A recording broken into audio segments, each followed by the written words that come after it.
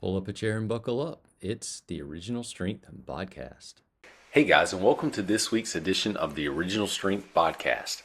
Today's guest is me once again, and I have got a very hopefully helpful story to tell you about the topic of blood pressure. So, specifically my blood pressure. So here's the story. For the last couple of years, every time I've gone to a doctor of any type, if you go into a doctor's office, they sit you down and first thing to do is check your blood pressure. And so at least for 2 or 3 years, every time I've gone into the doctor's office, they've checked my blood pressure and it might be 140 over 90, 150 over 90. And I'm always like, man, I must be nervous. Because after all, I'm going to the doctor's office and we're about to do something I maybe don't enjoy or I'm just nervous about. And I always feel kind of nervous when I go into the doctor's office. And I used to get white coat syndrome a lot. And I don't think I've really ever grown out of that. Anyway, so I would always go to the doctor's office and, they would check my blood pressure and it would be higher than I would like it to be. And, obviously it's higher than they would like it to be.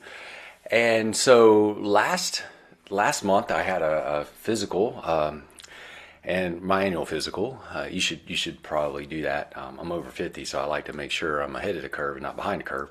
But I went and I had my physical, and they set me down. They took my blood pressure. It was like 150 over 90, and I was like, man.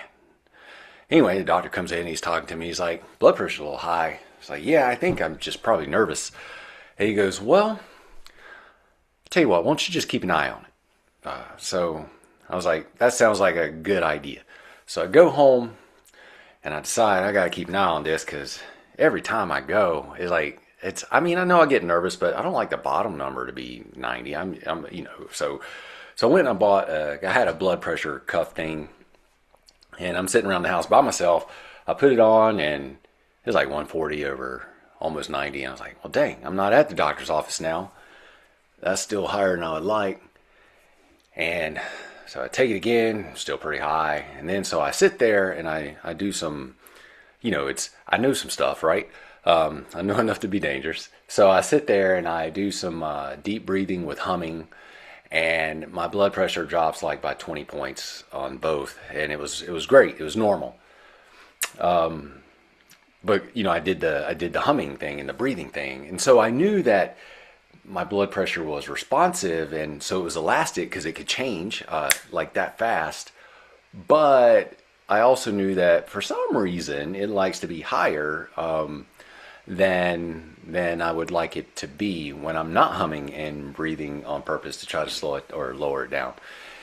So I even went out and I bought another blood pressure cuff just to make sure I was doing this right. Because at first one I had a wrist blood pressure cuff, and then I did some research on Mr. Google, and it's like, the most accurate is the arm cuff. So I went out and I got the arm cuff from the respected brand that's supposed to be really good, and it was reading high too. And I was like, well, dang. So naturally I went to my other doctor friend, Chat GPT, and the GPT stands for General Physician and Therapist. GPT, General Physician and Therapist. So Chat told me, he's like, yeah, blood pressure a little high. And I was like, yes, it is. And, I was like, but like all my other blood markers and everything are great. And it's like, yeah, but that's why they call it the silent killer, because you can't really feel your blood pressure and it can be high when your otherwise health markers are good. And so Chat said that it recommended that I do zone 2 cardio a couple of times a week. And I was like, what? Cardio? To me, that's a cuss word. I mean, if you're going to yell cardio at me, you better know me. But I was like, that can't be the answer. Doing cardio? And so I was like, well, I understand, Chat. Thanks. And I thought about it some, and I the next day I checked my blood pressure again, and first thing in the morning, and it was high. I was like, man, I just woke up. It shouldn't be high. So I like, man, is it cardio? But it went against like my intuition too, though. I understand why Chat told me that, but I mean, I'm me. I do a lot of stuff to add more cardio and more or any to what I do. I was like, well, that sounds like it can't be the answer. Have you ever noticed though that there's two yous? Like there's the minded you and the absent-minded you. And the minded you is the one that tries to do all the right stuff. It's disciplined. It helps you work out in the mornings. It helps you eat the right foods, brush your teeth, like do all the things that you're supposed to do. Make sure you go to your doctor's appointment. Like it does all the things that you're supposed to do because it's mindful of you and it wants to help you. And then there's the absent-minded you. And the absent-minded you is like the you when the pilot puts the plane on cruise control and goes in the back to take a nap. And you're just running around doing stuff without thinking, without foresight, without any knowledge of even the things you're doing. So this is a story of the absent-minded me sabotaging me. So I was trying to figure out this blood pressure thing, and I was thinking cardio can't be a thing. And fortunately, before I went to bed one night, I had, naturally you want to pee before you go to bed so you don't have to get up and go pee. And I'm peeing, and I pee, and I start to walk out the door, turn the light off after I, flush the commode, and I had this thought in my head, you're dehydrated. And I was like, dehydrated. And then I started thinking about it, and I was like, now here's where the absent-minded me gets me in trouble. I was like, well, what did I drink today? And I was like, I had 3 cups of coffee. And it was like, well, what else did I drink? And I was like, yeah, I had 3 cups of coffee. And then I was like, well, what about yesterday? 3 cups of coffee. Well, what do you drink on any day? And I was like, about 3, maybe 4 cups of coffee. And I was like, well, wait a minute. Maybe I am dehydrated. Turns out, the absent-minded me has been living off of 3 cups of coffee, and I had been walking around chronically dehydrated, and apparently I've been walking around chronically dehydrated for a couple of years. So I was like, well, this is easy to test out. So I started drinking more water, extra water, on purpose, beyond my 3 cups of coffee. I didn't quit drinking coffee because I'm not crazy, but I drank a lot of extra water. And like by a lot, I mean like at least any was more than I was getting, right? But I drank twice as much. So like I had a lot of water. And I started checking my blood pressure, and my blood pressure dropped significantly. Like, I mean, it's like 120/60. And it's not a fluke because I checked it over and over again. I was like, okay, I'm this hydration thing. There must be something to it. So all that to say is that I didn't have a high blood pressure issue. It was a consequence of me not actually being mindful and being hydrated.